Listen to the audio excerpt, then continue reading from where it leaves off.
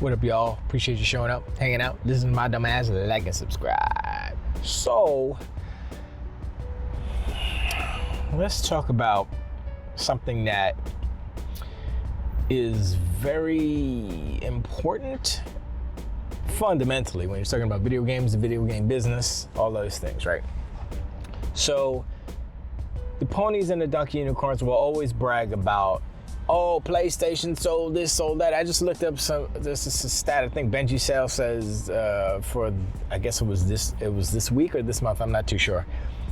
But PlayStation 5 sales are plus 175%.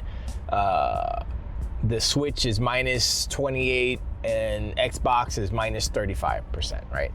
So I'm like, all right, whatever, right? Then I'm looking at the game sales charts.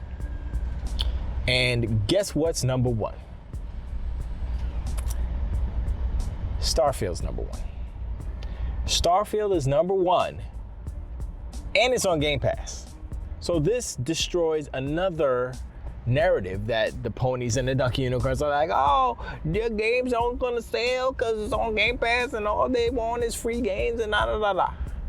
No, obviously that's not true, because there was no PlayStation exclusive on that list from 1 to 10, or was it 1 to 20? I think there was a game that was 17. I don't remember what game it was.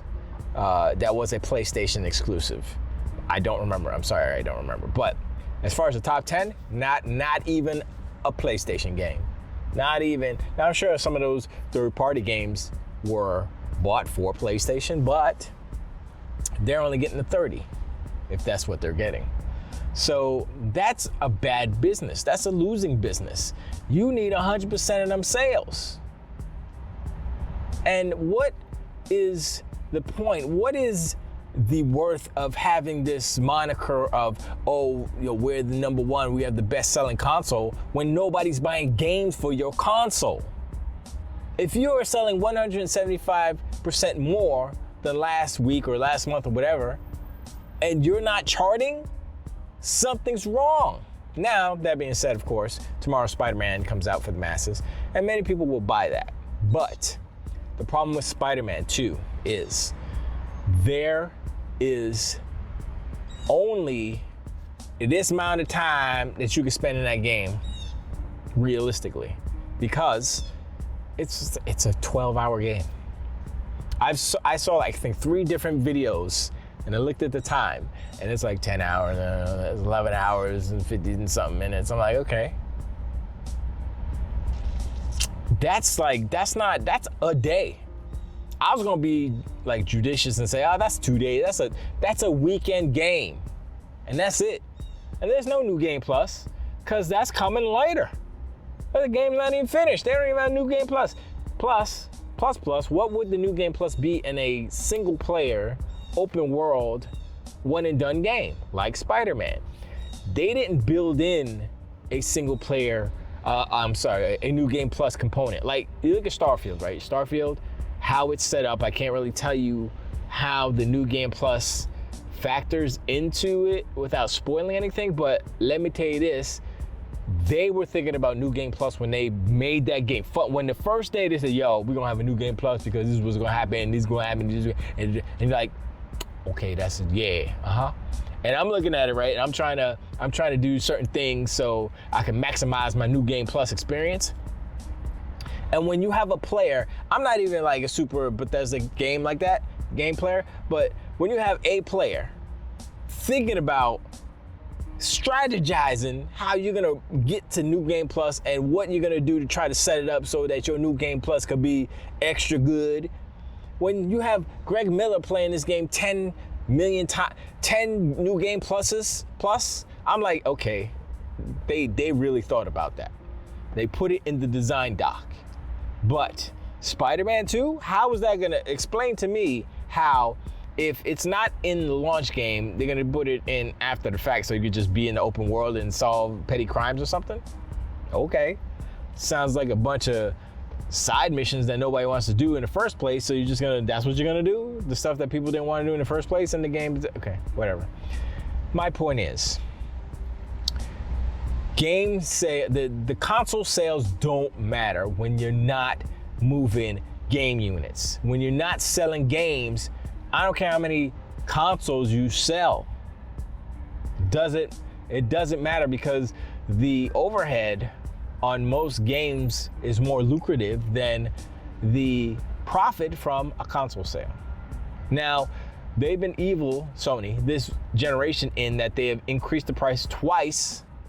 The phantom price, I already talked about that last video, but they've increased the price so that they can maximize their profit, which is, I don't want to call it smart, but it's businessy. On their business side, their shareholders will be happy about that, but at the same time, that doesn't lend credence to the illusion of, oh, they're doing well. If they're doing well, why are they raising their prices? They're doing well because they can raise their prices. The momentum is so great that they say we can do whatever we want and people still buy it.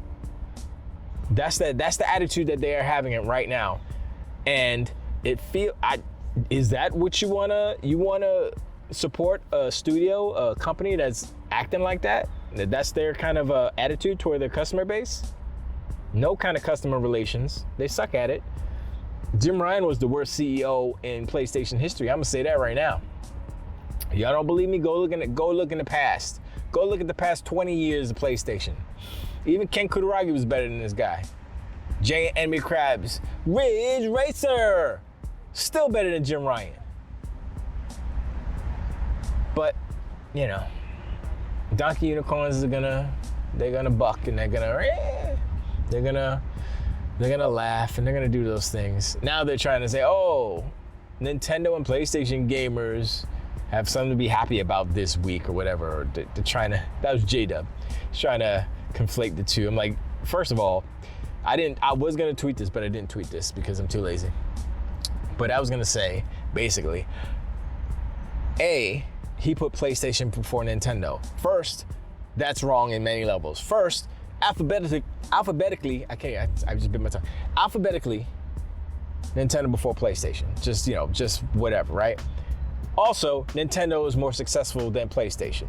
Also, Nintendo has more units out there than PlayStation. Also, Nintendo's making more money than PlayStation. So, in all accounts, Nintendo should be ahead of PlayStation in a sentence. If you're gonna include both of them in some kind of joint statement, Nintendo always first. Just saying.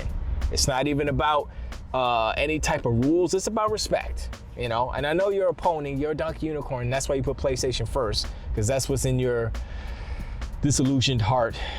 But the reality is Nintendo is better than PlayStation, period. You know, I can even see that. You know, I look at the library of PlayStation games. I'm like, okay, they're cool, whatever. They're good games. I'm not gonna say they're not. But Nintendo is like, they don't strike out rarely. There's one game here, like I think the last Pokemon game had performance issues and people were like, wah, whatever. One of the Star Fox games was kind of whack because I think it was on the Wii U and they had some crazy control scheme or something. And remember that Kid Icarus game that you had to put it on a stand and then it's all weird. You know, they have sometimes they flip up, they slip up and they trip up. But all in all, as a whole, Nintendo has been knocking them out the park for decades. You know, they just know how to do what they do. So don't try to get in bed with Nintendo. You can't even. I mean, you're skating on very dangerous water because Nintendo and Sony are not. They're not gonna be or never will be friendly because they screwed each other over back in the Super Nintendo days. I think what happened, I said this before, but I think as I recall the scenario, recall the chain of events, Sony was supposed to make the PlayStation for the Nintendo 64, which was basically it was just a disk drive for the N64, right? And it was called PlayStation. So it would be called the Nintendo PlayStation, basically. And so Sony was lined up for that. Nintendo, I guess they had a deal or whatever, a handshake or whatever. And then Sony went and said, yeah, and we're gonna own all the rights to the games and all this stuff. And then Nintendo was like, no. And they went with Philips. Of course, it didn't happen. But I think I mean, ultimately, if you want to think about, I mean, that's how I understand it. If those facts are correct, if those, what I said was correct, those are the facts, then I would blame Sony for trying to just take Nintendo's IPs, basically. Like, if they make a Mario game and it's on the PlayStation CD system, Sony owns it? How does that work? Come on, son. That doesn't make any sense. So I was like, yeah, nah. I mean, maybe there's a nuance to that. Maybe there's some facts that I'm getting twisted, but still, if that's how it went, then yeah, that's PlayStation's fault. They were greedy from the get-go, you know? And so they made their own little PlayStation, and the rest is history. But still, there's no love there between Nintendo and PlayStation. So you putting them in a sentence and acting like they're playing together. You got Mario and Spider-Man playing. No, that's not how. Reality is Nintendo's cutthroat, and they'll be like, look, we should probably get rid of PlayStation. I don't know. Can we do that? I mean, no, not really. But okay, well, whatever. You see, they didn't really get involved with the Activision Blizzard stuff. They're just like, yeah, we'll sign it. They signed it so quick. They signed it like they weren't on PlayStation side. They're both Japanese companies. You wonder why they're not coalescing. There's no Nintendo PlayStation coalition to thwart the efforts of Xbox taking over the gaming industry. You wonder why? Do you know why? Because they don't like each other. Nintendo and PlayStation, enemies. And that's because of what happened in the 90s. And that's all, as far as I'm concerned, PlayStation's fault. And PlayStation has not changed. Sure, they have some new CEOs here and there, but they haven't changed. And they're still running the same dumb games as far as strategies, not actual games. And right now it's kicking them in the booty hole. The fanboys could try and pretend like, yeah, PlayStation, yeah, look at Spider-Man 2. I'm like, look, I'm gonna tell you right now, Spider-Man 2 is gonna be in the zeitgeist for about 2 weeks. I'm gonna give it 2 weeks. And then nobody's gonna talk about it ever, never, ever, ever. Cause it's a one and done. Even when they say, oh, new game plus, who cares? I played it, I'm not gonna play it again. It's not like Starfield where you could go and, you know what? I'm gonna I literally spent at least 2 hours building a ship. I'm like, okay, wait, what do I? And I'm looking through I'm like, I don't ever do this in other games. And I'm like, I'm gonna build me a ship. And I'm like, I'm trying to steal some ships so I can have slots so I can build some more ships. Because I don't like steal them and sell them. I steal them and then I register them. I register them so I can, have a slot. And then you can rename it and you can just wipe it out and build from scratch. And that's what I'm doing. And that's not what Spider-Man is not that game, And, like I said, last video, Insomniac gets kudos for the polish that they put on the game. But fundamentally, you look at the systems, you look at all the things that make a game last for 10 years. That's not what Spider-Man 2 is. Even if you combine all the Insomniac Spider-Man games, it's still not a 10-year game.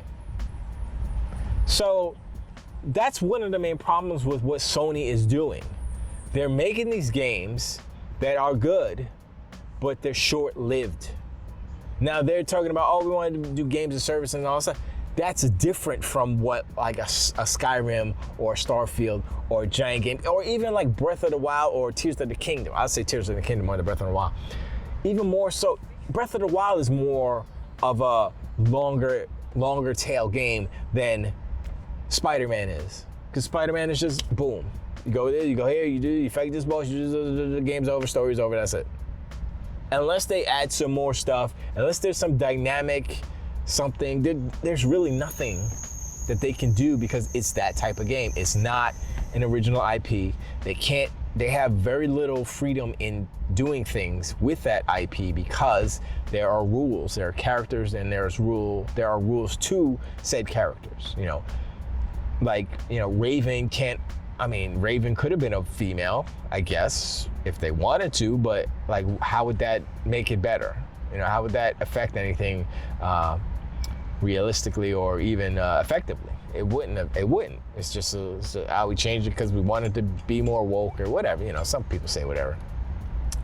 But they're not making those type of games. And they're not even making like Starfield type of games. And the problem, again, another problem with Sony is that they relied on third party to fill those gaps that they didn't have and still to this day don't have.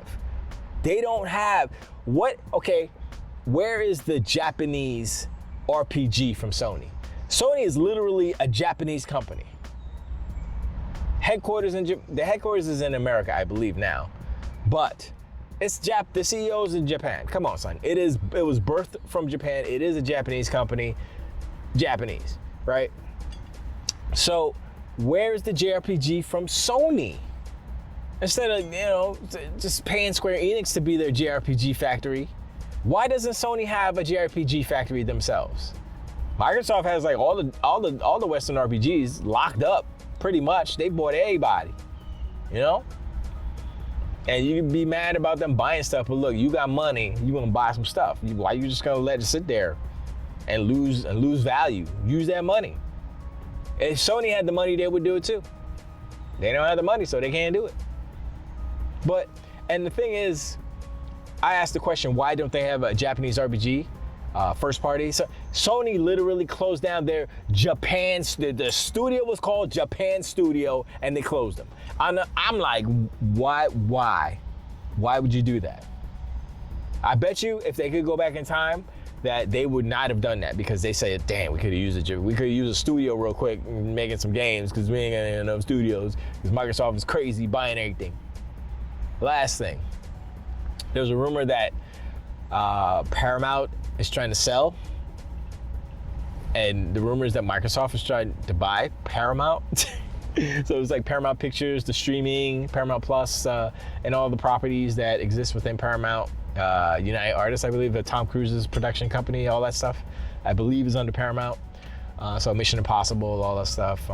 What else? There was some, Star Trek, all the Star Trek stuff. And I was like, Halo was on Paramount Plus. So was that them trying to test the waters and see, and they could just buy it and then, Halo's already on there or something? I'm gonna be real. Does that matter in the grand scheme of things?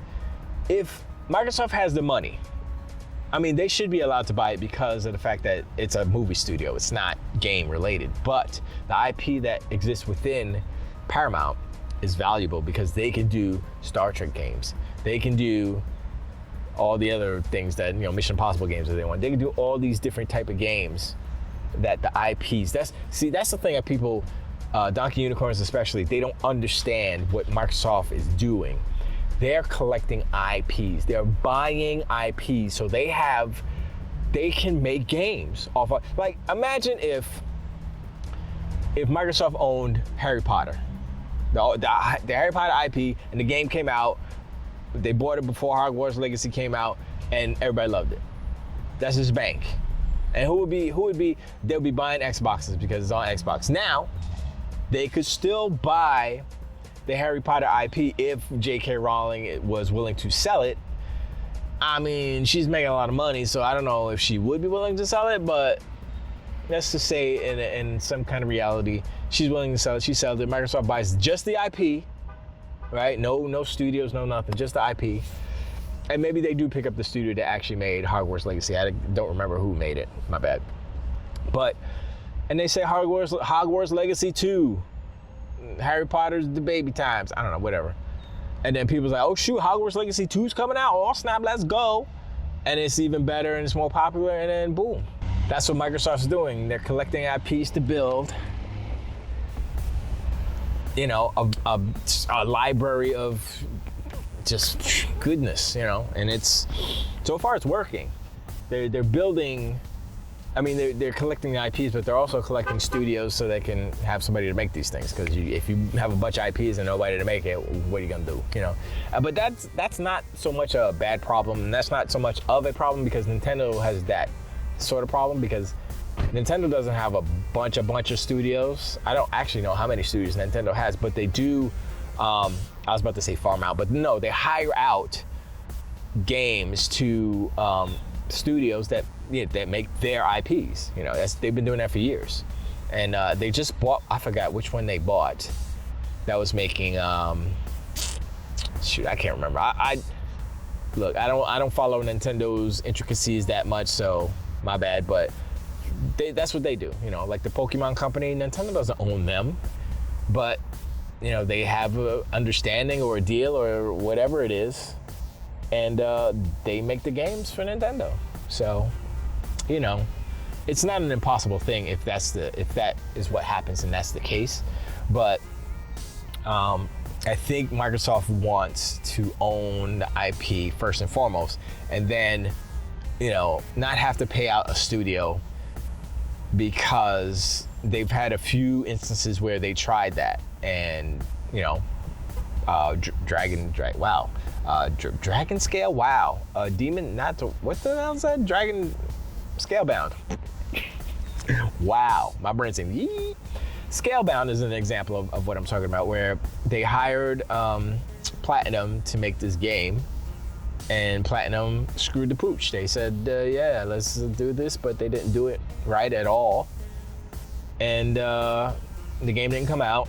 Microsoft, I believe, still owns that IP, Scalebound. So, you know, that's a example of where they've been there, done that, and I think they're learning their lessons. So if they're gonna do a game, if they're gonna have IP, either the studio has to be, you know, just capable, they just tried and true capable. Like if Insomniac comes by to Microsoft and say, yo, we wanna make a game for you, and they're like, all right, let's go. Because they know Insomniac can make games. They know what they're doing. So that's not an issue. But, you know, I guess they thought that Platinum was that way too, but it didn't happen that way. But anyway, appreciate y'all hanging out. Like and subscribe. Let me know in the comments below what y'all think about this Starfield being #1, outselling all them PlayStation games. There was only one PlayStation game. It wasn't the show. I'm trying to remember what game it was. I don't remember. But you know, how I'm trying to understand, how is Starfield selling in the #1 spot when they're losing, when they're minus 35% console sales, and PlayStation is plus 175% console sales? Is that kind of an example of how these percentages of console sales kind of don't matter, right? Is it kind of like an example of, oh gee, Starfield's selling. Where is it selling? Does it matter where it's selling? It's selling. Plus, it's #1. Plus, it's on Game Pass. How is it selling? And it's on Game Pass. And it's #1 on the sales charts. And it's on Game Pass. Explain that. Narrative's destroyed. Ponies can't say nothing. Ponies can't say nothing. They can't. The only thing is Microsoft has to keep throwing these bangers out there and keep doing this. Keep putting their games, keep getting their games to #1 while being in Game Pass. And then eventually Sony's gonna look at that and say, shh, we should probably do that too. I don't know, whatever. They'll never say that. Anyway, I appreciate y'all guys and gals and everybody. And, you know, hit up the comments. You know how we do. I read them all, I check them all. And I'll talk to y'all on the next one. To the wait.